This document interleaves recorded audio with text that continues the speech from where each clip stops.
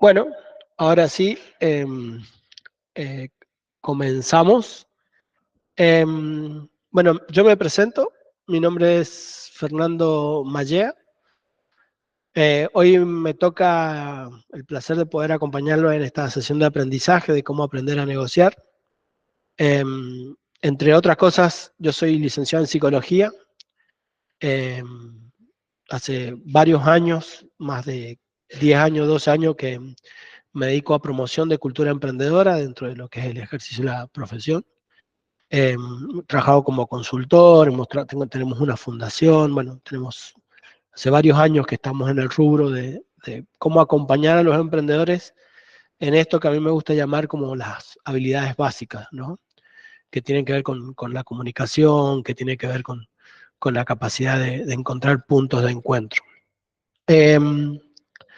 Dentro de los desafíos, el 10 de diciembre el señor gobernador nos pidió, y digo nos pidió porque lo hacemos junto con un equipo de trabajo que es muy bueno, que nos hiciéramos cargo de esto que es la Dirección de Desarrollo de Proveedores. Entonces hoy, aparte de ese background que traigo de antes, también me está tocando cumplir la función como parte de la dirección, como director, junto con Antonieta Gilberget, Diego Guzmán, bueno, y el equipo de la dirección. Así que enmarcar este proceso de aprendizaje es la primera capacitación que doy en esta doble función, en este modo virtual. Así que, bueno, espero, la ventaja es que soy mi propio evaluador, así que eso no sé si es bueno o es malo. Bueno, ¿por qué aprender a negociar o qué es lo que es aprender a negociar? Primero vamos a empezar repasando que dos objetivos. Primero es transmitir los conceptos básicos de toda la negociación y potenciar capacidades de los líderes en la toma de decisiones. Como requisito hemos dejado participación activa. Se complejiza por ahí esto de que decía previa a empezar la grabación de no tener el feedback, pero bueno, si alguno quiere levantar la mano o quiere hacer alguna pregunta, bueno, después va a haber una instancia para que podamos charlar. Yo siempre me gusta ser muy claro y transparente a la hora de qué espero que se lleven de este espacio. Claramente de este espacio no van a salir expertos en negociación, ni mucho menos. La idea es presentarles a lo largo de los distintas filmines, de los distintos slides, algunos conceptos, algunos ítems que hacen y sirven al complejo arte del negociar, ¿no? De esto yo espero más que se lleven certezas, que se lleven dudas, más que se lleven hechos resueltos, que se lleven la necesidad de aprender o desarrollar. Y esto lo digo porque un concepto que a mí me gusta mucho, que esto de negociar tiene que ver con una habilidad, no es un don. Esto se aprende y hoy están haciendo un paso, seguramente dentro de los que están escuchando o viendo la capacitación, hay gente que la tiene muy clara y a lo mejor ha hecho negociaciones y en ese afán quiere aprender más.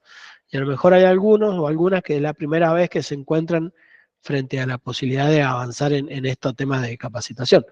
Así que es de amplio espectro la capacitación.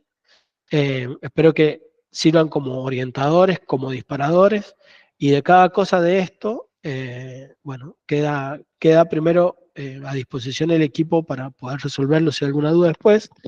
Y hago la aclaración que al finalizar el taller, en los últimos slides, hay un QR donde ustedes van a poder descargar la presentación por si les sirve para después para repasar.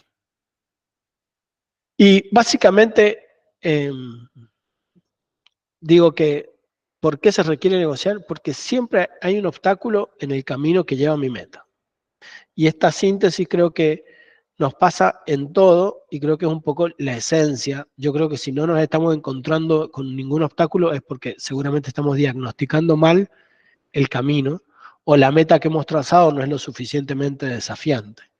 Inevitablemente siempre en todo proceso nos vamos a encontrar con otras personas que también tienen sus posiciones, que también, y que pueden ser aliados o que pueden tener intereses a veces contrapuestos. Entonces, poder encontrar los caminos de la negociación es poder zanjear esta diferencia para ver cuáles son los puntos de encuentro que podemos hacer para poder resolver esto.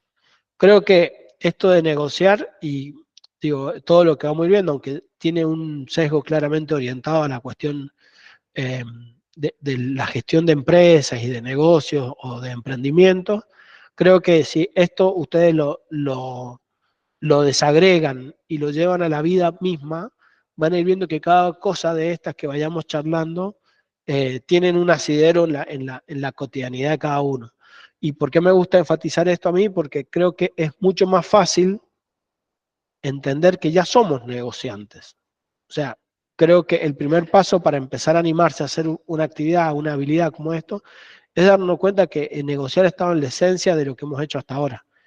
Y entonces esto nos va a permitir, primero, reconciliarnos con esto, es decir, no esperemos ser el mejor negociador, sino empecemos a darnos cuenta que ya somos gente que estamos llevando a cabo negociaciones, y a partir de ese llevar a cabo es primero valorizar lo que hago bien, y después con esta herramienta, qué puntos les parece que ustedes en su propio diagnóstico pueden hacer para mejorar.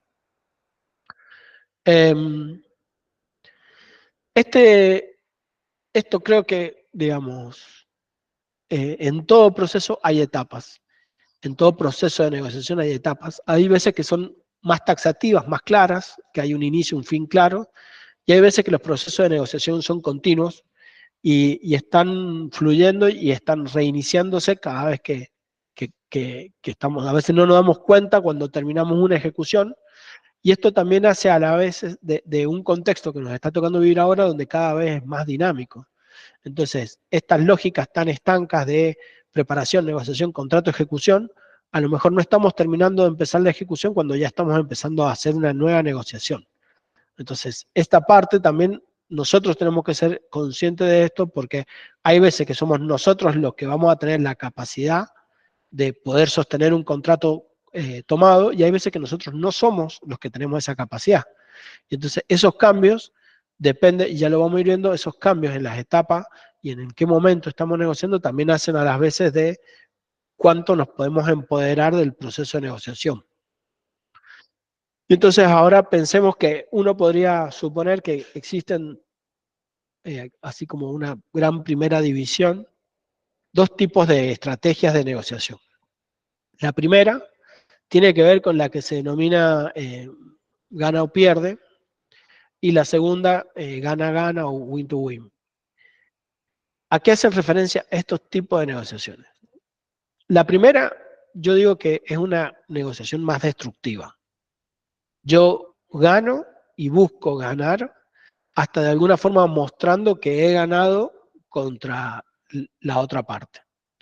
Es un camino muy complejo esta negociación de gana-pierde, porque, digamos, si yo no logro empoderarlo, ya vamos a ir viendo que se empiezan a generar resentimientos, y en un universo cortito como en el que generalmente, seguramente después vamos a tener que volver a negociar con esta otra parte.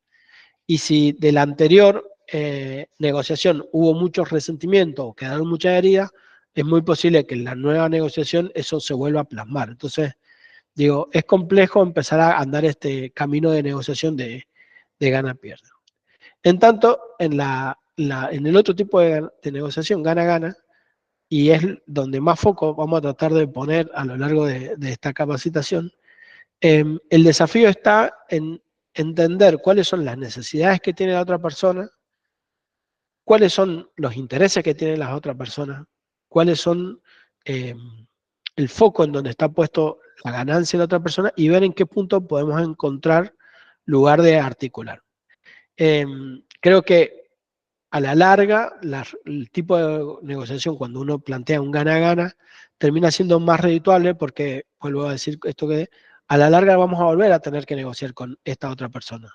Y entonces, si yo en la negociación anterior logré consolidar un buen trato para ambas partes, se empieza a generar una especie de predisposición donde para adelante siempre vamos a estar en esa lógica de construir los ganancias. Hay un concepto en esto que a mí me gusta mucho, que es el de, digamos, el de en vez de competir, es de competir con 2O, que hace referencia a la idea de cooperación, digamos. ¿Cómo podemos trabajar compitiendo, pero de modo colaborativo? Entonces, bueno, esto como primera taxonomía, así para tener claro estos dos tipos de negociación.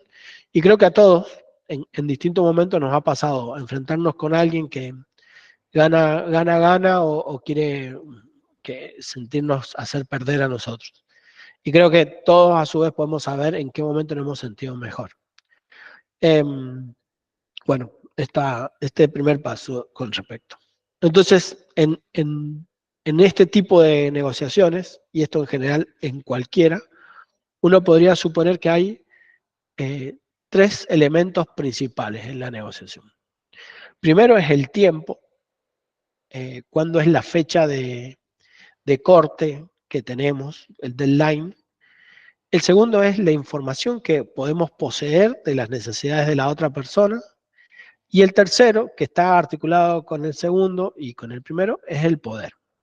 Fíjense ustedes que muchas veces las negociaciones se terminan resolviendo ya sobre el final del periodo de la negociación.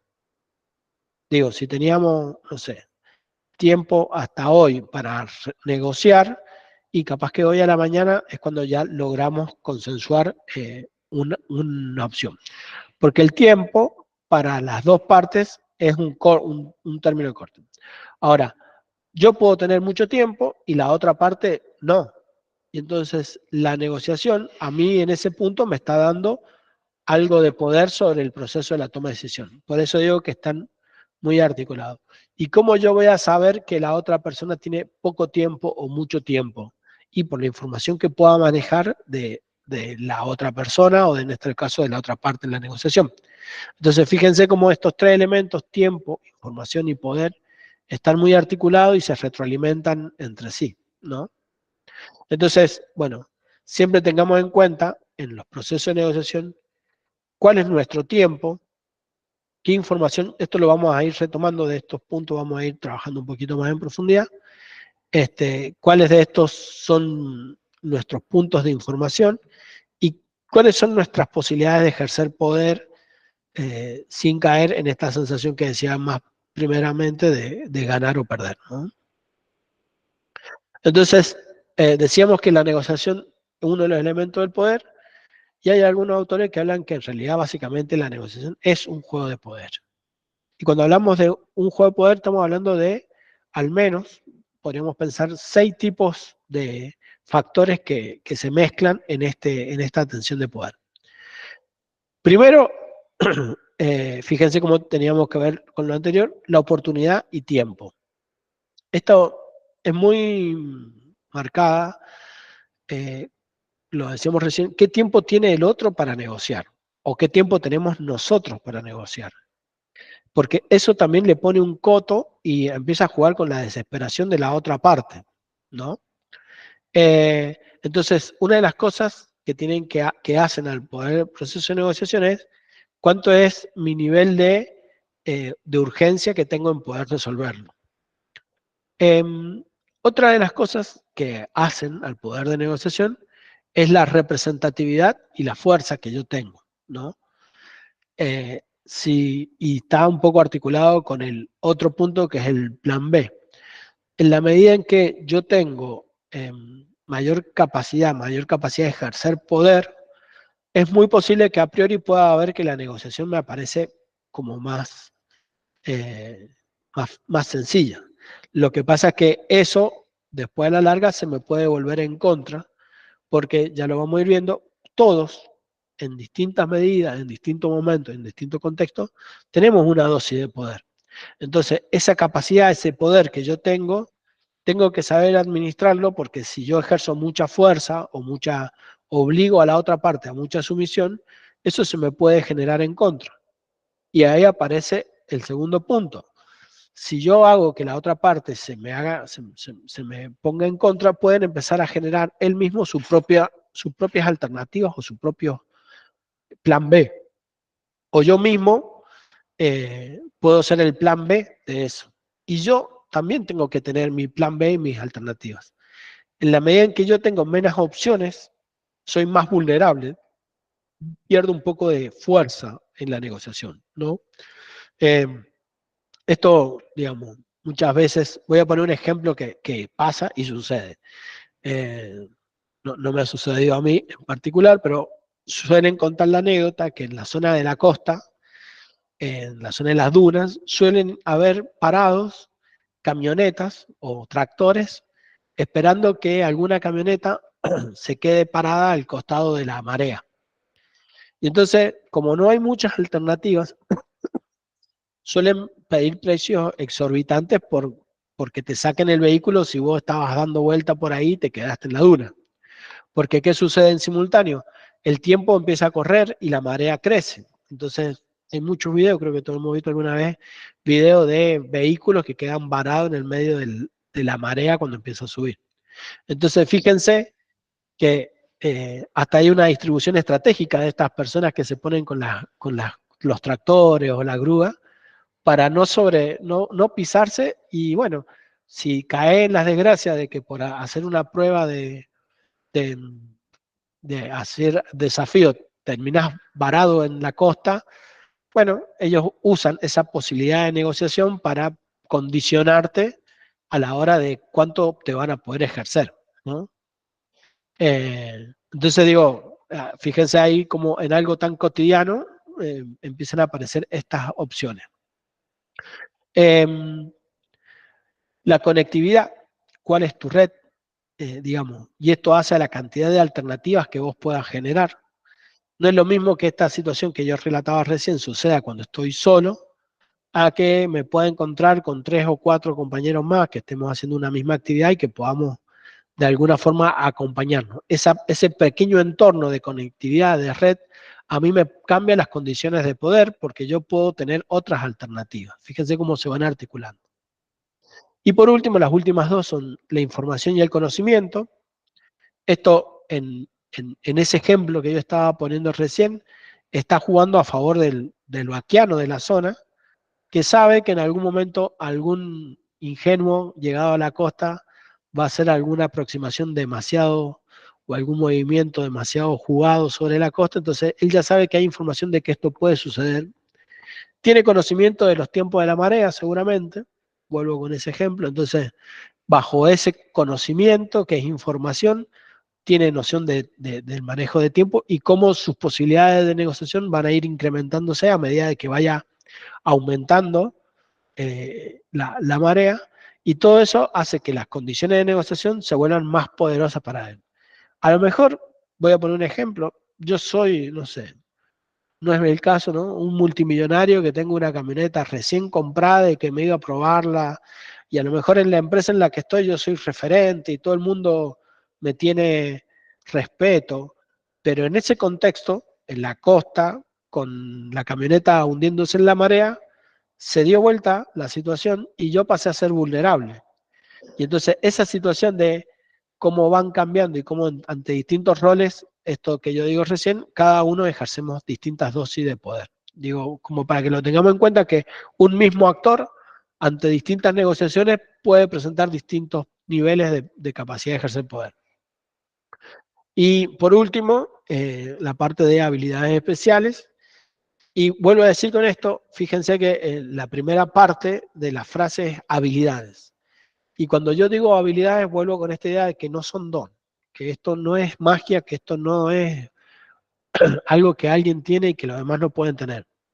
Hay un proceso de aprendizaje y un proceso de entrenamiento.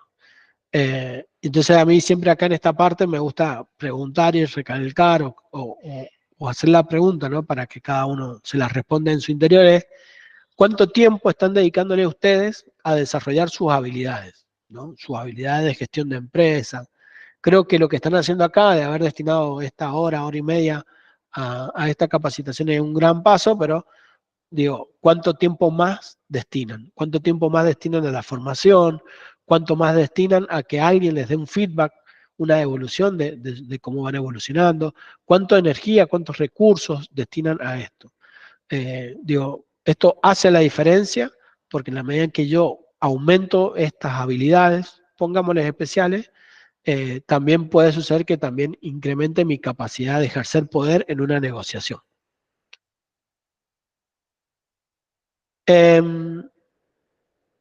Y esto es lo que yo recién decía y no me voy a cansar de repetir, ¿no? Todos los seres y entidades tenemos un cierto nivel de poder. De hecho, hay un autor que habla de la microfísica del poder. Y dice que un poco eso, hasta el ser más ínfimo tiene cierto poder en ciertos momentos y en ciertas circunstancias. Y entonces, esto es lo que yo decíamos al principio, no menospreciemos el poder de un pequeño, porque en algún momento ese pequeño puede tener la condición o la necesidad que nosotros tenemos. Y va a ser a las veces de cómo hayamos resuelto el resto de las negociaciones, cuánto va a ser la apertura de este hasta ese momento vulnerable contraparte en la negociación y qué reacción va a poder ejercer. Digamos, esto también va a tener que ver, me voy a adelantar un poco contra quién estoy negociando, ¿no? Yo siempre pongo este ejemplo. Yo creo que a nadie de nosotros se nos ocurre, no sé, ir al cajero al cajero de algún supermercado de construcción, de esos grandes, por ejemplo, estoy pensando el que está acá en la zona del shopping, y apoyarse en la barra, ahí en donde uno va pasando la mercadería, y decirme, bueno, haceme precio o fiame esto. Porque claramente hay una diferencia de tamaño entre un simple comprador y esa mega infraestructura que en ese caso esta multinacional, ¿no? Entonces ahí hay una condición muy eh, grande de diferencia entre el poder de negociación que tenemos cada uno. Sin embargo, nosotros a lo mejor en nuestro emprendimiento nos pasa muy a menudo que muchos de nuestros clientes se nos acercan y nos dicen, bueno, negociame el precio, o qué descuento me haces, o qué beneficio me das. Y bueno, ese es el equilibrio que hay que encontrar para poder eh, conceder sin ceder, ¿no? ¿Cómo puedo generar pequeños triunfos o experiencia de triunfo en mi contraparte en la negociación, pero que eso no afecte mis intereses, que es lo que vamos a empezar a ver ahora? Eh, ¿Cómo venimos hasta acá? Consulta, por lo menos un dedo arriba, o levanten la mano, si se entiende, si hay algo que hasta ahora quieren que refresque, y de paso me dejan tiempo que tome agua.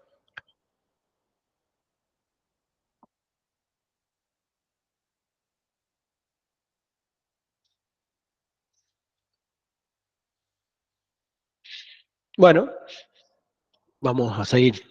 Gracias, Patricia. Gladys. Bueno, recién hablábamos de los intereses, y creo que acá está uno de los puntos centrales de la negociación. Es qué espero yo y qué espera la otra parte llevarse de la negociación. Creo que el gran punto en toda negociación es poder comprender cuáles son los intereses que de alguna forma, ahí dice, está lícito que se mantengan ocultos. O sea, no necesariamente yo tengo que ir con los intereses, es medio arriesgado ir y poner los intereses de entrada en la mesa. Eh, digamos, es un punto importante saber qué está buscando el otro, y saber cuáles son mis límites, cuáles son mis puntos de intereses. Cuando uno hace este tipo de capacitaciones de modo presenciales, hay muchos ejercicios que muestran eso de cómo a veces confundimos los intereses con este objetivo de ganar a toda costa. Y en esto hay varios experimentos de la psicología social, que si quieren después podemos compartirlo, que muestra cómo el cerebro muchas veces funciona ante esta sensación de ataque o de injusticia, queriendo obtener más de lo que cree que le corresponde, digo, en pos de defender intereses que no le son necesarios. Y a veces ahí es donde forzamos las negociaciones, ¿no? Entonces uno tiene que tener muy claro cuál es el objetivo, qué necesito llevarme yo de la negociación. Yo voy a contar algunas anécdotas, ¿no? Yo tengo un hijo más chico, que yo siempre digo que con él todo es una paritaria. Porque yo sé que él necesita sentir que me ganó en toda negociación, ¿no? Se llama Camilo, ¿no? Che, Camilo, yo sé que quiero dejarlo que juegue, vea media hora más de televisión, entonces yo sé que le tengo que decir, Camilo, 15 minutos más y apago el tele. Y ahí empieza la negociación. No, papá, porque mi hermano estuvo y empieza la negociación. Entonces, bueno, al final de un rato cerramos en media hora. Él empezó en una hora, obviamente. Entonces digo, esta cuestión de cuáles son los intereses y saber cuál es la forma de negociar que tiene la otra persona hace a las veces de cómo podemos cubrirnos. En esto hay muchas cuestiones que confluyen. Y esto es una estrategia. Yo a veces puedo estar negociando otros intereses para no poner foco en los que realmente me interesan. ¿Me explico? Eso puede ser una estrategia de negociación. Yo me pongo a negociar en un proceso, no sé, los términos de entrega para no estar negociando los términos de calidad de lo que voy a entregar, por ejemplo. O viceversa, puedo estar poniéndole foco al plazo de financiación para no ponerle foco al costo total de la compra. Entonces digo, esto de tener claro cuáles son mis intereses y cuáles son las opciones de intereses que yo tengo, hace también a las veces de poder encarar una buena negociación. Entonces, fíjense que es lo que estábamos hablando recién, cuando se negocia, se debe saber a la perfección qué es lo que uno quiere conseguir, cuáles son los caminos y las rutas y los frentes más cortos, a veces más sencillos, a veces más difíciles. Conocer a la perfección lo que el otro desea. Y fíjense que acá hay como una contradicción con lo que yo decía al principio. El otro no nos va a venir a decir qué es lo que el otro desea. Y entonces se van generando como escenarios. Yo tengo que en mi cabeza ir teniendo escenarios respecto de lo que el otro desea y en el proceso de la negociación ir confirmando, descartando cuáles son los escenarios que están sucediendo. Asegurarse de ir en la dirección correcta. Yo acá agregaría de ir en la dirección correcta o de no perder de vista cuál es mi objetivo. A veces, en una buena negociación, yo debo cambiar la dirección sin perder de vista mi objetivo. Y esto es muy importante porque a veces en una negociación es muy importante saber en qué momento acomodarse a una nueva dirección. Hay un sistema de negociación que sea, bueno, capaz que ustedes lo han vivido, que es la triangulación. Y hay veces que eso parecería ser que yo cambié la dirección y resulta que en realidad lo que hice fue buscar un plan B a eso. Voy a poner un ejemplo. No sé, yo estoy vendiendo una moto y alguien viene y me ofrece un terreno. Entonces, a mí no me interesa el terreno y me interesa vender la moto, pero de repente hay un tercer jugador, un jugador B, que dice, che, yo necesito comprar un terreno. Entonces, fíjense que este jugador C que se incorporó a la negociación hace a las triangulaciones. Entonces yo de repente a lo mejor voy a estar entregando mi moto por un terreno a cambio de que la otra persona compre. ¿Me explico la triangulación que se hizo ahí? Esto parecería ser un cambio en la dirección, pero no hace a las veces de que yo logré vender mi objetivo. Pongo este ejemplo, como hay un montón más que seguramente a ustedes les han pasado, y esta capacidad de ir triangulando también nos da cierta capacidad de generar nuevos esquemas de negociación. En todo esto, una clave inconstante tiene que ver con la información. Todo lo que yo pueda concentrar mi información a partir de certezas, ¿no? O a partir de escenarios supuestos donde yo pueda ir corroborando y chequeando que estos escenarios sucedan, son importantísimos para poder validar y construir un esquema de información que me permita a mí andar por el mejor camino correcto, ¿no?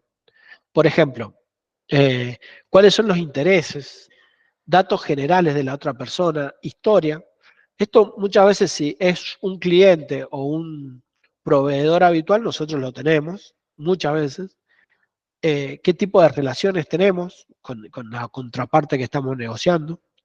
¿Cuáles son los puntos de fuerza, los puntos de anclaje, donde la otra persona es fuerte y Y bueno, por ejemplo, si es el único proveedor que va a mi región, eso lo vuelve fuerte.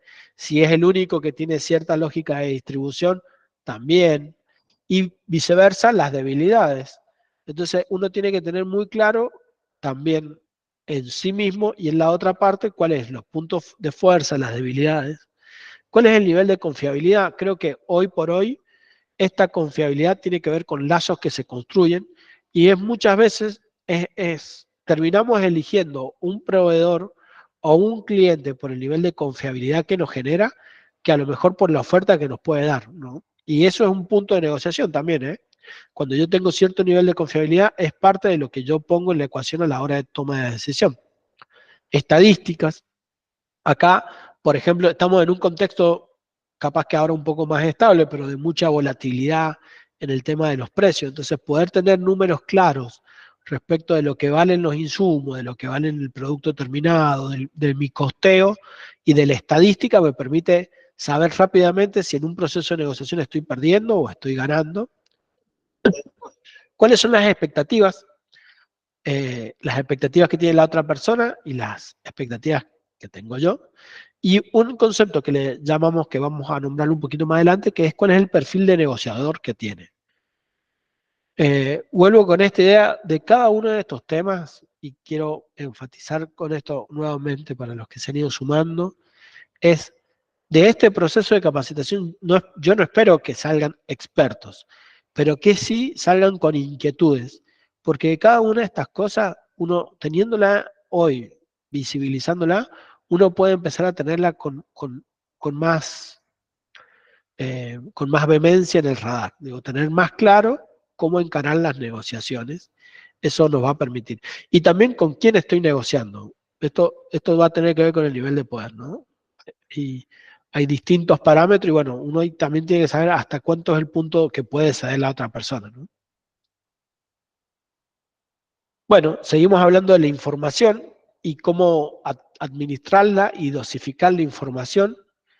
Eh, Hablábamos recién en todo ese mapeo que decíamos recién que la información y conocimiento de la que disponemos es un recurso que debe manejarse con mucho cuidado. Cuidado de que nosotros no expongamos tanto nuestra información y cuidado de cómo la administramos en la contraparte, en la negociación. Porque mal administrada, un excesivo uso de la información puede poner a nuestra contraparte en un nivel de mucha vulnerabilidad. Y entonces algo que era una fortaleza se transforma en una amenaza. Esto es un debate que tenemos muy frecuentemente, pero creo que el tema es en cómo usamos las cosas, qué uso le damos a las cosas y cómo podemos generar resortes para que amortiguen cuando no son algo, algo que nos potencie, eh, digamos, cómo usamos esa ecuación de cómo amortizamos y cómo potenciamos lo que realmente termina definiendo que la información sea o no sea una ventaja. Que tener mucha información es útil, sí, eso está claro. Ahora, si yo no la sé usar, mucha información puede ser muy nociva para el proceso de negociación. Proporcionar información acerca del clima de confianza, pero si no se tiene prudencia puede mostrar nuestras debilidades. Eh, Esto tiene que ver con lo que decíamos al principio. La negociación en sí, yo puedo exponer parte de mi información y hay veces que eso genera una estrategia de comercialización. Ahora, si yo no la sé manejar, puedo mostrar debilidad. Por ejemplo, yo puedo tener un producto que necesito rápidamente, voy a poner un ejemplo que a lo mejor a alguno le ha pasado en algún momento, yo tengo un producto terminado que tengo que comercializar, pero rápidamente se me vence el pago de un proveedor y entonces tengo cierta urgencia en vender ese producto para poder cancelar el pago. Esto, si yo lo logro transmitir, se puede generar una oportunidad de negocio, porque a la contraparte le da la sensación de oportunidad, justamente. Che, esto lo voy a conseguir porque la persona necesita venderlo rápido. Ahora, si yo soy muy explícito en las urgencias que tengo, a la otra parte le di el poder del tiempo, porque empieza a ajustarme a mí contra el tiempo de que yo necesito rápidamente poder vender eso para cancelar mi proveedor. Entonces, Si bien yo cuando me mostré con cierta urgencia pudo haber sido una buena estrategia para generar un engagement en la otra parte y que pueda generar mayor intención, también puede estar generando una debilidad, porque si yo muestro demasiadas mis flaquezas y mi urgencia, el otro lo empodero en términos de la negociación. Y bueno, ¿y eso qué va a pasar? Que una vez que te muestras débil, será imposible convencer de lo contrario. Entonces, a lo mejor yo resolví mi problema con el proveedor porque hice otra negociación con el proveedor, logré renegociar el plazo de pago, pero la otra persona que ya se entusiasmó con que a mí me tenía contra las cuerdas y va a querer seguir sacando de mí un plus extra que yo ya no necesito darlo. Entonces, a lo mejor alguien que era un posible cliente se convenció de que yo estaba en mucho mayor nivel de vulnerabilidad y perdí la oportunidad de vender ese producto.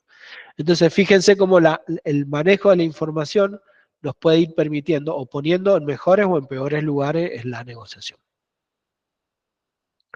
Bueno, acá está la famosa y querida matriz FODA. Eh, eh, Básicamente la matriz lo que señala, trata de hacer es un análisis entre aspectos positivos y negativos. Esa es la esencia de la matriz. Y esos aspectos positivos y negativos, la matriz lo que hace es, algunos los pone en el exterior, algunos los pone en el interior, y entonces se transforman, si es una fortaleza, es un aspecto positivo y, y interno, y si es una oportunidad, es un aspecto positivo y externo. Y en la contraparte, si es una amenaza, es un aspecto negativo y externo, y si es una debilidad, es un aspecto negativo e interno. Yo acá el foco está puesto en saber cuáles son mis aspectos positivos, tanto personales, o sea, internos, y cuáles son mis aspectos positivos de contexto. Por ejemplo, vuelvo con el ejemplo del que estaba con la camioneta, el contexto hace que la marea vaya a subir. Entonces, él tiene el contexto a su favor, esa oportunidad. Eh, y lo mismo pasa con debilidades y amenazas. Yo creo que parte de la gestión de la información, y esto es siempre planteo esto, es, o una crítica que yo le hago positivamente al FOA es, que yo a un atributo le diga que es positivo o negativo, para mí es una falla, porque en realidad lo que yo tengo que tener claro es ese hecho, cómo funciona como fortaleza o cómo funciona como amenaza. Y pongo el ejemplo de la información. ¿Tener mucha información es una fortaleza? Sí, en general va a ser definido como una fortaleza. Ahora, si yo no la sé usar, entonces se transforma en una amenaza o en una debilidad. Entonces, fíjense cómo acá el punto está puesto en, primero, saber cuáles son mis fortalezas y saber cuáles son las fortalezas o aspectos de la otra persona.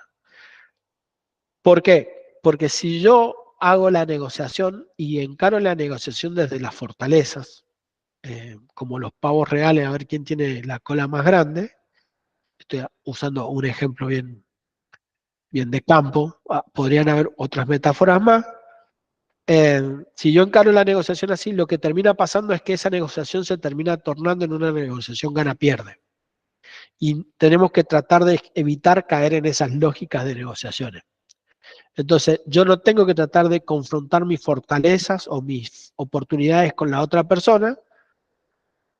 Al contrario, lo que tengo que tratar de entender es cuáles son sus fortalezas, cómo se van a complementar con las mías y cómo podemos generar esta sensación de que hubo una cooperación a la vez que hubo una negociación.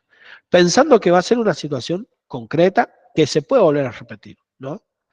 Vuelvo a poner el ejemplo de lo que estábamos hablando recién hace un rato en la costa.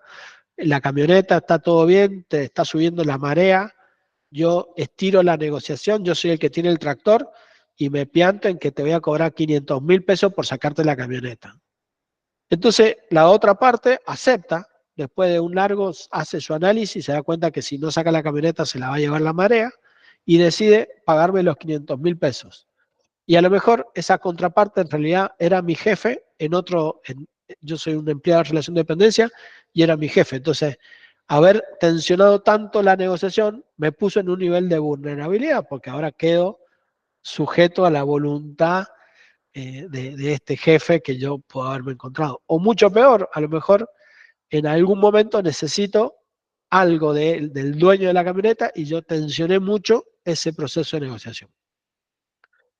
Y entonces, ¿qué es una cosa que ante este esquema nosotros siempre deberíamos tener en claro? Y lo hablábamos recién cuando hablábamos de las 6 estrellas de los elementos del poder en la negociación. Es si tenemos la posibilidad de tener un plan B en la negociación. ¿Qué es lo que quiere decir? Y vuelvo con esto. También saber que nuestra parte, nuestra contraparte en la negociación, que también puede tener su plan B y conocerlo. O sea, nosotros debemos conocer cuáles son las características de nuestra competencia, tanto porque sea directa o porque sea un sustituto, ¿no? Entonces, primero, cuando hablamos de tener nuestro plan B, es qué otras alternativas reales tenemos para poder validarla. Y esto nos va a llevar a suponer si podemos desarrollar un nuevo proveedor, por ejemplo, si podemos desarrollar un nuevo canal de clientes, si podemos, todos estos elementos son los que nos van a hacer definir cuál es cómo podemos desarrollar un plan B ante nuestra situación. Yo recién ponía el ejemplo de la transacción que se hacía y que yo necesitaba vender un producto terminado para poder resolver un pago a un proveedor. Y entonces, en ese caso, el plan B a la venta del producto terminado fue haber desarrollado una alternativa de pago prorrateado respecto al proveedor. Entonces, bueno, eso me dio a mí posibilidad de negociar mejor con mi posible cliente. Hay que tener cuidado porque a veces el plan B es más tirano que el plan A. Entonces, el poder real de la contraparte y los intereses de la contraparte, ¿no? Muchas veces, por ejemplo, nosotros estamos en una negociación con una tasa de interés o por un término de pago y para no caer en esa negociación salimos y buscamos otro plan B que termina siendo peor en los intereses o en las condiciones de pago que el plan A. Entonces, eso también nos genera cierta vulnerabilidad y tiene que ver con esto mismo, cuáles son nuestros intereses y cuáles son los tiempos y las condiciones de negociación que nosotros tenemos. Esto hace que uno tenga que hacer como un mapeo de las opciones para poder entender cuáles son los mejores escenarios a la hora de tomar decisiones. Fíjense que todo esto que estamos hablando genera mucho desgaste y realmente lleva su energía mental. Pero también es claro que esta habilidad, mientras más la vamos desarrollando, uno más va internalizando estos ejercicios y uno va encontrando mejores caminos, primero para construir la información respecto de los intereses de la otra parte de la negociación, pero sobre todo para entender cuáles son nuestras posibilidades para desarrollar plan B, ¿no? Clarifique las de la contraparte, observe qué puede tener más presiones, tiempo, recursos. Esto es lo que yo decía recién. El plan B tiene que ser un buen plan B. No muchas veces en la urgencia de buscar un plan B no nos damos cuenta que en realidad el plan B era muy nocivo a nuestro camino final. ¿Se acuerdan cuando yo decía recién? El plan B es, yo puedo trazar un camino distinto para llegar a mi objetivo, pero no me tiene que alejar de mi objetivo. O si me aleja, yo tengo que ser claro en qué punto y en qué manera me está alejando. Hay estas posibilidades me generan distintas opciones. Ahí hay una frase, una sigla, un acrónimo que es cuál es la mejor alternativa para un acuerdo negociado. Es decir, cuál de los distintos escenarios, tanto en el plan A, en el plan B, en el plan C, es el que me genera a mí mejor alternativa y es la mejor. Ese se va a transformar en el plan A. El MAN es mi mejor alternativa. Ahora, yo no tengo que perder de vista que si ese plan A no está funcionando, ahí es donde aparece esta opción del plan B o el plan C. Muchas veces hay una frase icónica de un conquistador español que cuando llegó a tierras mexicanas tuvo una frase que dijo que iba a quemar las naves. Y esa frase hace referencia a que no tiene que haber, digamos, en ese caso, la negociación era, no había alternativa. La única forma de retornar era conquistando México en ese momento, ¿no? O el pueblo azteca que era el que lo estaba atacando. Fíjense, digamos, esas condiciones, digamos, no deja otra alternativa y es parte de saber cómo negociar o cómo llevarlo.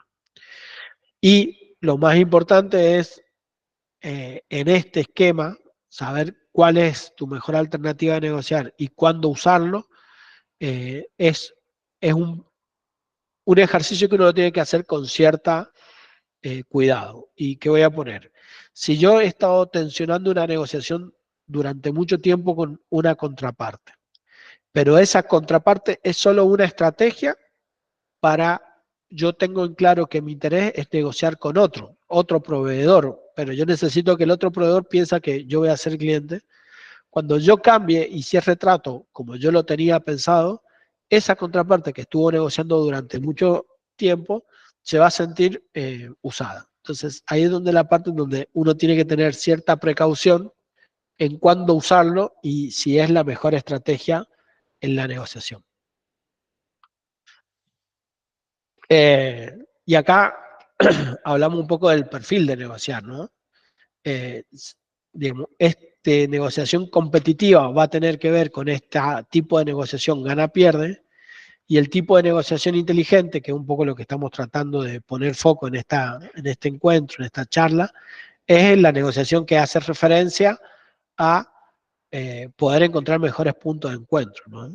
Que sea más fructífero en la negociación, en el corto, pero sobre todo en el mediano y en el largo plazo.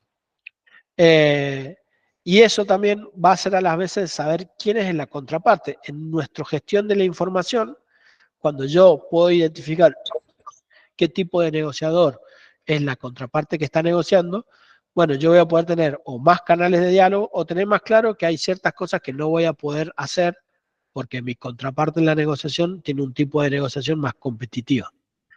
Esto es muy importante, ¿no? Para que no nos volvamos nosotros nuestros propios enemigos. Si nosotros no sabemos identificar qué tipo de negociación está llevando al cabo nuestra contraparte, nos podemos transformar nosotros mismos en nuestra propia amenaza, ¿no? Esta frase a mí me gusta mucho y tiene que ver con esto de negociar en un contexto, particularmente lo voy a decir acá en San Luis, donde nos conocemos mucho y todos, y dice que tus palabras al negociar sean tan dulces y suaves como caramelos, por si te las tenés que tragar después. Esto muchas veces sucede que en los procesos de negociación, si nosotros no somos cuidados en nuestros términos, en el uso de la información, después generan ciertas rispideces, ciertos resentimientos que condicionan no esa negociación, sino va a condicionar futuras negociaciones. Y entonces, al final, una negociación que en el corto plazo fue muy beneficiosa, nos termina siendo muy negativa a largo plazo. Y vuelvo con esta idea recién, a lo mejor nosotros ahora no nos importa porque estamos negociando con un pequeño cliente nuestro o con un pequeño proveedor nuestro, entonces tenemos cierta capacidad de negociación. Pero cuando eso se torna y rota y a lo mejor en algún momento esa persona es nuestro único proveedor posible y entonces va a recordar todos esos deseos de venganza que tuvo por esa situación. Digamos, esa persona que en un momento de la negociación estuvo en tanta vulnerabilidad, si yo no fui prudente, no solo en las palabras, sino en las acciones, después termina generando heridas que pretenden ser resueltas en la próxima negociación. Creo que a todos nos ha pasado, ¿no? Alguna vez esto.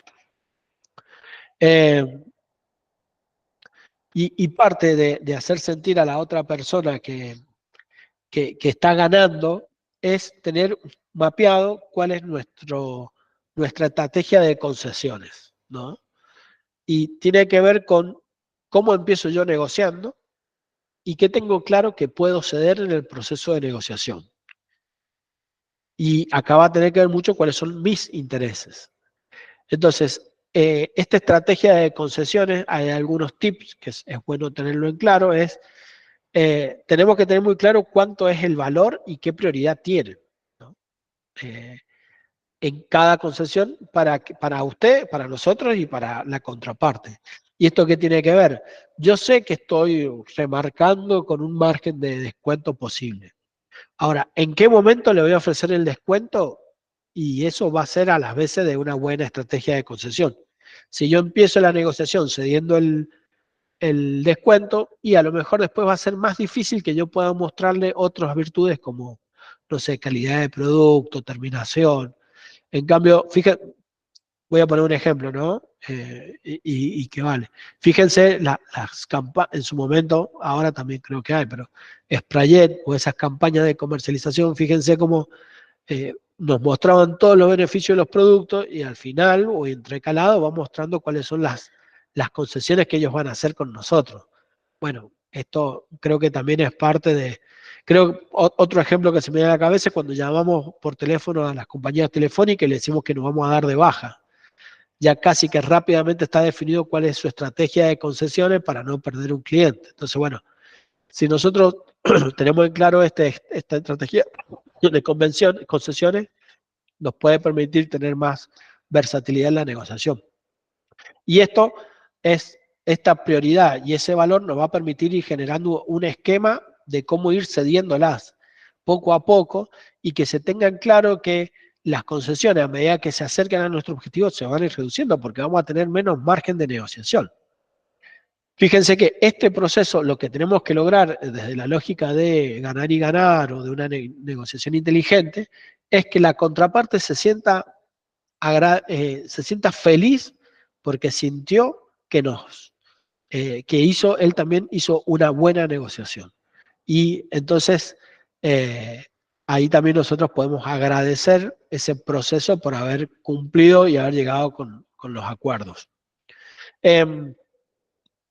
Vuelvo a retomar esto, dos conceptos que los voy a repetir varias veces. Primero, estas son habilidades, esto se desarrolla, esto se entrena.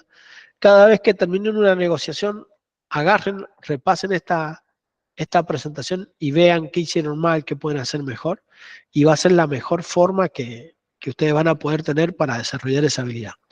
Y lo otro que quiero enfatizar es que claramente hay muchísimo más de todo esto. Yo estoy hablando solo, casi les diría lo racional, y no me estoy metiendo con aspectos de neuropsicología, de emociones y de estrategias de persuasión, un montón de otros elementos que hacen a los procesos de negociación y que también inciden o condicionan o potencian estos procesos que tendrían que ver con esto que hablábamos más temprano de habilidades específicas. Permiso, voy a tomar agua, si quieren algún comentario.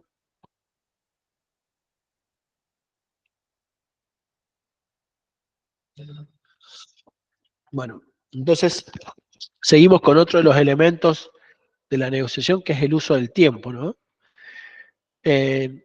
Dicen que, bueno, no dicen, es un recurso finito, el tiempo se nos acaba en todo contexto y depende en qué margen de la negociación, es cuánta margen o justamente cuántas posibilidades más tenemos de negociar de acuerdo a qué tiempo manejamos. Entonces, por eso nosotros tenemos que tener muy claro cuáles son nuestros intereses, cuáles son nuestras metas y sobre todo tener claro cuáles son el camino y la lista de prioridades que vamos a hacer.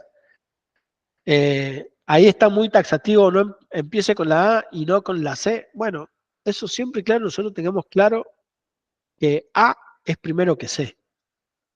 Porque a lo mejor en mi lista de prioridades, A es la prioridad máxima, pero no sucede sino antes habiendo resuelto C.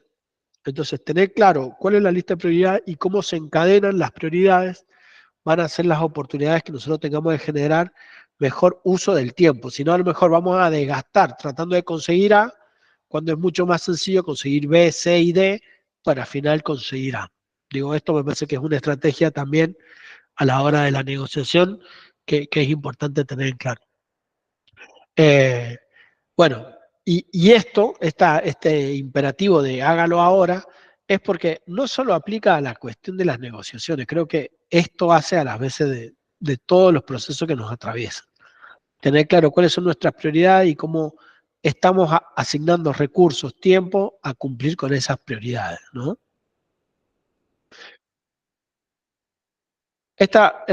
Bueno, desarrolle su creatividad.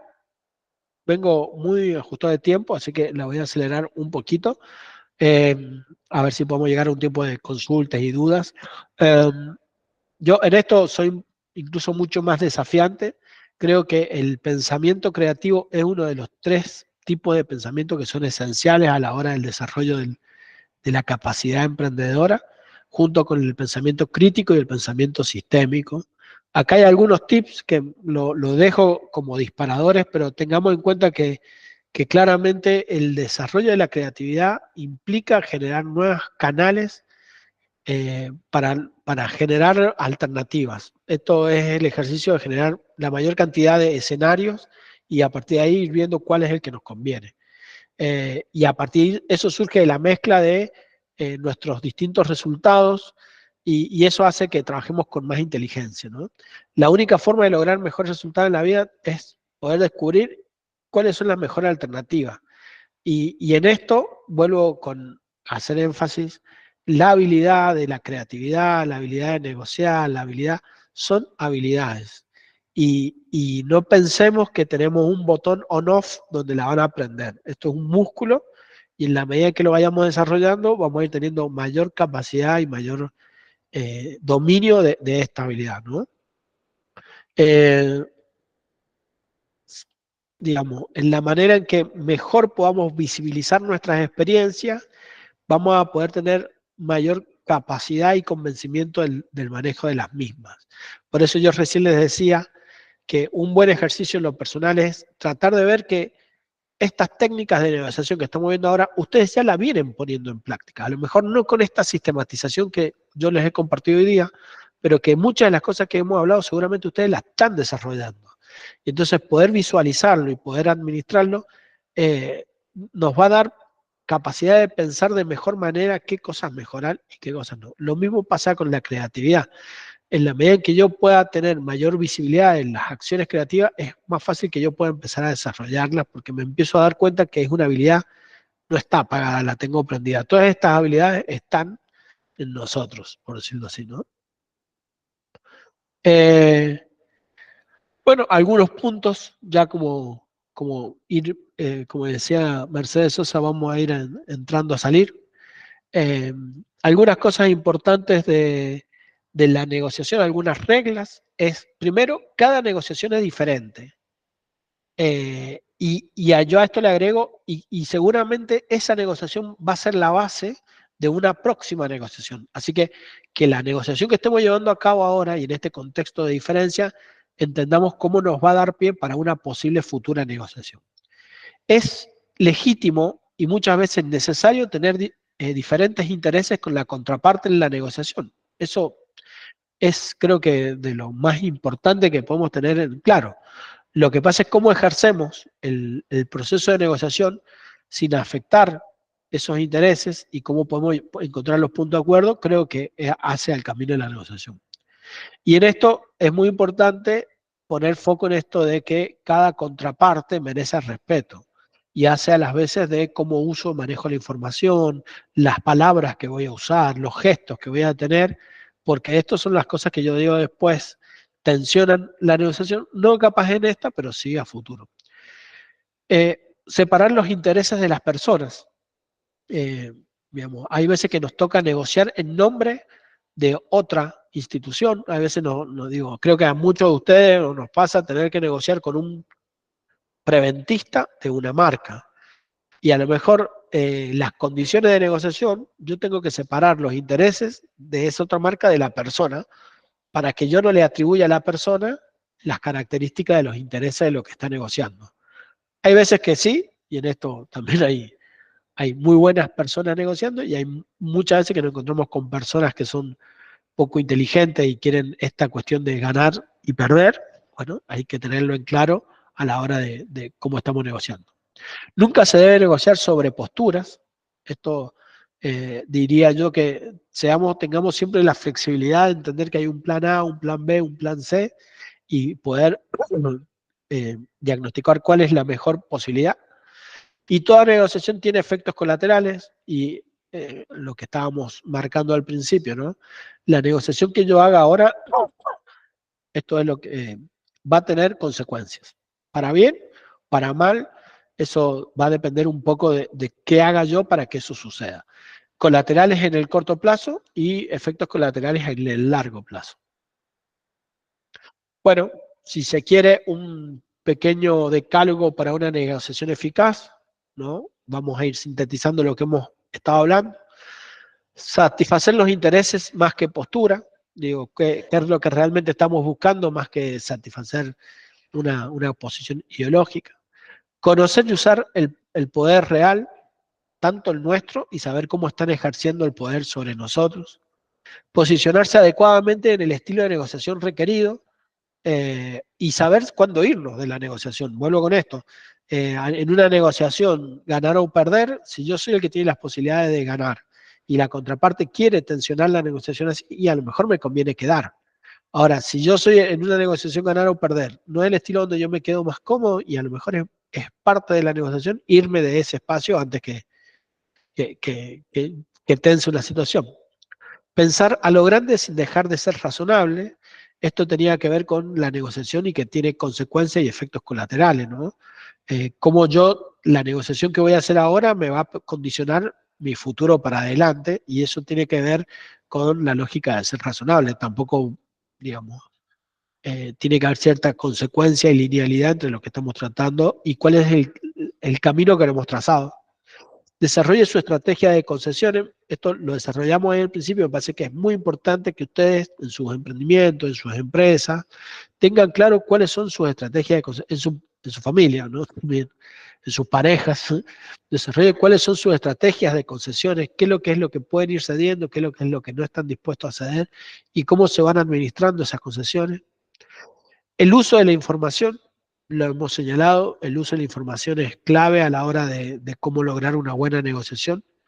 Gestione la relación interpersonal. Nosotros tenemos que tratar de conectar con la otra persona, y esto es lo que yo recién decía, fíjense, toda la capacitación ha estado sobre aspectos, eh, yo diría más de la vieja escuela americana, como muchos tips, y hay un montón de cosas que tienen que ver con cómo generar el encuentro con las personas, que eso también me lo va a definir contra quién estoy negociando, ¿no? Y eso creo que cada uno de ustedes tiene claro quiénes son tanto sus proveedores como sus clientes, y ahí también cuánto más o menos se habilita esa cuestión de la gestión de la relación interpersonal. Por último, últimos tres, el uso del tiempo, saber cuándo es nuestra línea de corte y qué línea de corte tiene la otra persona. Esto también hace a las veces de cómo lo vamos a administrar.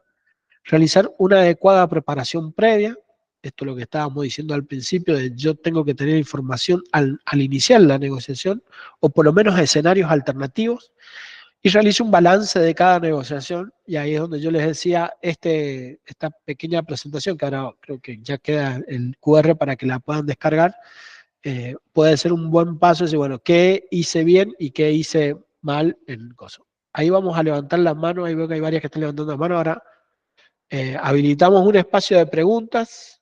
Eh, sí, habilitamos ahí. Si quieren, mientras tanto vamos respondiendo lo que podamos. Quedan habilitados ese QR. Si hacen con el teléfono, pueden descargar la presentación, o si copian la imagen, después lo pueden buscar en Google y está disponible esta presentación para que la puedan usar.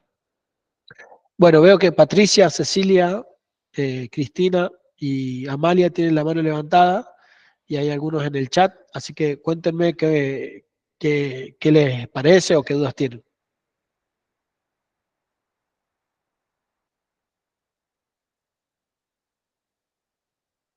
Bueno, Patricia acá dice que entendió, bueno, gracias Patricia. Pero bueno, eh, muy bien, me alegro que te haya servido. ¿Alguna duda?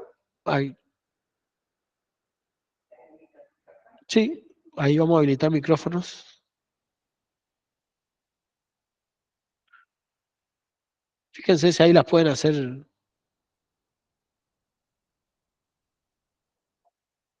Ahí habilitamos, no sé si alguien quiere.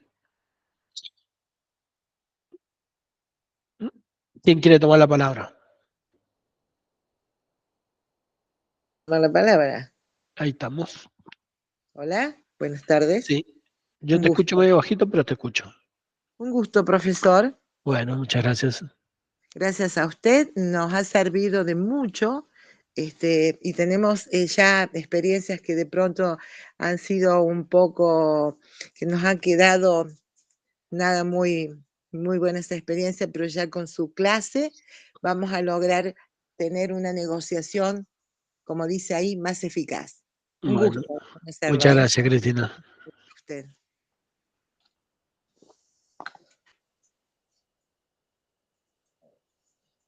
Ay, Hola, buenas tardes. buenísimo. Hola, buenas tardes, ¿cómo te va? Gracias, Gladys.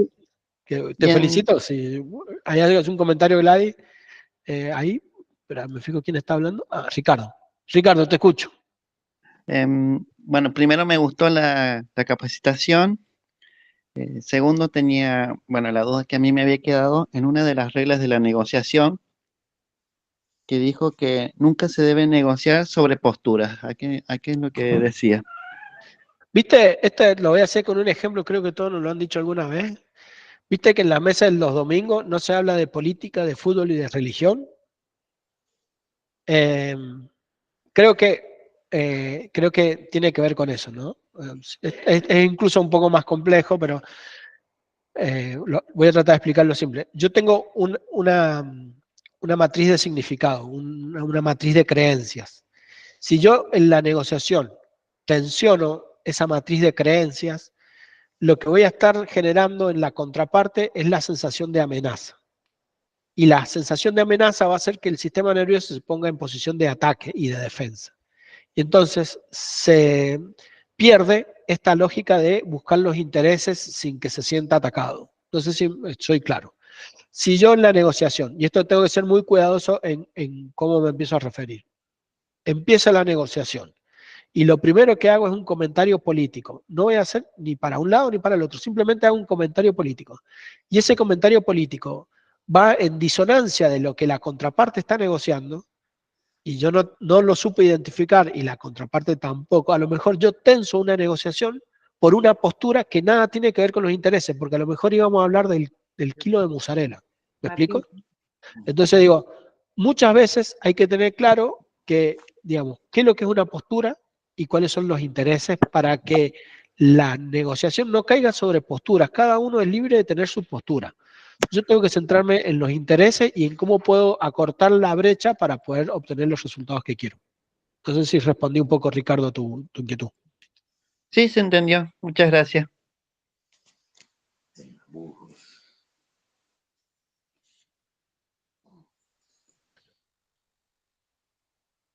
¿Alguna otra inquietud?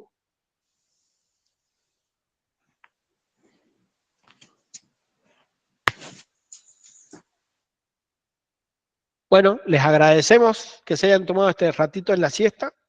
Los alentamos y los felicitamos. La verdad que es un muy buen camino y un muy buen signo que nos estemos formando y capacitando.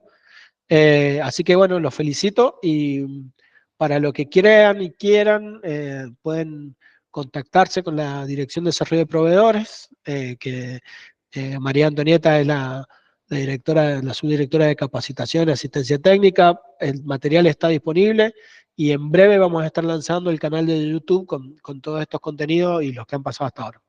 Así que muchas gracias y bueno, un saludo y quedamos a disposición. Hasta luego. Chao, hasta luego, gracias. Hasta luego, gracias. Hasta la próxima. Bueno,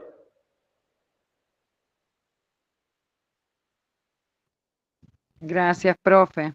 no, por favor, gracias, Mónica. Hola, Nos ahora vemos. pude activar el micrófono. Ah, Buenas bueno, Ahí tardes, estamos. buenas tardes. No podía activarlo. No soy muy de la tecnología. Bueno, me presento, mi nombre es Cecilia y me acabo de enterar del curso a las 3 menos cuarto. uf, Ahí no me enteré, así que me interesa aprender. Yo tengo un emprendimiento de panificado multiventa y multiventa. ujú. Soy del grupo de TIA 2 de emprendedores. Así que bueno, estoy aprendiendo un poquito de cada clase que se me da y de experiencia. No es fácil ser o sea, negociador, pero está bueno está bueno aprender. La verdad que de todo rescato algo, siempre rescato algo. Bueno, le agradezco por este curso. No, por favor. Te voy a decir una cosa, Cecilia, sin conocerte. Somos muchos mejores negociadores de lo que creemos. Digo, creo que el primer paso es empezar a darnos cuenta que tenemos la capacidad innata de negociar, porque no creo a nadie de nosotros se nos ha dado fácil lo que nos ha tocado. Y eso nos ha obligado durante, estoy seguro, no los conozco, pero si son emprendedores, estoy seguro que la mayoría de ustedes no se les ha hecho fácil el camino que han elegido. Así que está re bueno que también nos demos cuenta que sí somos buenos negociando. Y que lo que tenemos que hacer es pulir nuestras habilidades, pero que las habilidades están y las podemos desarrollar. Así que buenísimo, Cecilia, que te hayas enterado, que te hayas hecho tiempo para sumarte y bueno, ojalá que estas herramientas te sigan quedando a disposición. Sí, sí, sí. Realmente hoy me tocó atender a mi negocio y me doy cuenta que soy buena vendedora porque vendo lo que no quiere la gente, lo Ajá. compra igual. Bueno. Así que Ahí, eso está bueno. ahí lo importante, Cecilia, es que después quieren volver, ojo. Es el tema también, sí, sí. Pero bueno, Pero buenísimo. bueno, eso es lo que intento de que vuelvan. Hasta ahora va resultando porque vuelven, así que está bueno. Bueno, buenísimo. De todas formas, lo que yo tengo en duda es, o sea, que quiero aprender más es a salir de donde estoy. O sea, yo tengo mi negocio acá y voy a las ferias, Ujú. pero quiero más. Entonces, ¿cómo se hace grandes negociaciones más grandes de lo que es vender un pan relleno, ¿no? En el Claro. negocio, en mi panadería. Eh, Bueno, a eso es lo que más, o sea, quiero aprender porque no tengo la menor idea de lo que es ir a una escuela y ofrecer mi producto. ujú. Bien. Bueno, mirá, Ceci, ahí lo que te puedo decir es que una de las cosas que estamos hablando acá con el equipo era armar un ciclo de capacitaciones sobre plan de negocios. Porque en realidad lo que hay que tener en claro es qué camino te has trazado vos y qué camino te vas a trazar para llegar a ese objetivo que querés de conseguir nuevos proyectos, o nuevos clientes o nuevas capacidades. Así que creo que esta cuestión de tener un plan de negocios, que es algo que muchas veces los emprendedores lo tienen más como un sueño que como un plan. Y el problema no está que sea un sueño, porque yo les voy a contar una intimidad. Vieron que para fin de año todos empiezan, ay, pedí los deseos, pedí los deseos, pedí los deseos. Yo hace varios años atrás que decidí dejar de pedir deseos y empezar a ponerme metas, porque la meta me va a empezar a traccionar a poder lograr algo de todo eso que yo me propongo. El deseo solo queda como, uy, sería re lindo que. Entonces, lo que el desafío creo que así como tenemos plan de negociación, tengamos que tener un plan de negocio para decir, bueno, ¿cuál es mi próximo paso en el desarrollo de mi emprendimiento? Y entonces yo sé que mi próximo paso es hacer tal cosa y a lo mejor mi próximo paso es capacitarme para tener mejores herramientas para negociar. Y entonces ahora no estás diciendo, ya hice una capacitación, si no le diste check, le diste un ok a un tema que tenía en la lista que era capacitarme sobre negociación, capacitarme sobre, entonces creo que eso también yo digo que los sueños son muy lindos, pero son más lindos cuando nos ayudan a caminar hacia ellos, a operacionalizarlo, a llegar a ellos, ¿no? O Así que sea, bueno, yo te siento felicito. que, gracias, yo siento ahora que falta poco para poder presentarme en una escuela, aprender mi producto, ofrecer mi producto para que contraten y tengamos más trabajo, ¿no? Yo soy emprendedora, pero tomé chicas para trabajar y no es un local grande, pero bueno, vamos haciendo de todo un poco para trabajar. Ahora en el gobierno vi que, bueno, como estoy en plan PIA, no, escuché comentarios, nos dijeron de que se quería formar cooperativas. Yo digo, acá está mi oportunidad para poder crecer. ¿Qué más quiero que poder armar una cooperativa y aprender y poder ampliar? Ahí yo creo que está el empujón para ampliar mi negocio. Seguramente. Seguramente, aparte las cooperativas son un gran resorte de crecimiento, así que bueno, buenísimo ahí. Vamos a aprovechar. No sé. Bien, Dale, ¿alguien más gracias, quería gracias. decir? No, por favor. ¿Alguien más? Venga, Lorena.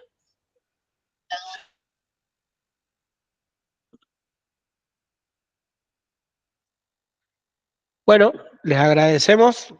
Un saludo para ustedes, que tengan un buen resto de la tarde y que sea muy provechoso. Y seguramente nos estamos encontrando, cruzando en alguna feria o en alguna actividad que vayamos desarrollando. Un saludo y bueno, quedamos a disposición. Vuelvo a dejar acá un ratito más el QR para que descarguen la capacitación. Bueno, muchas gracias. Hasta Chao, luego. chao.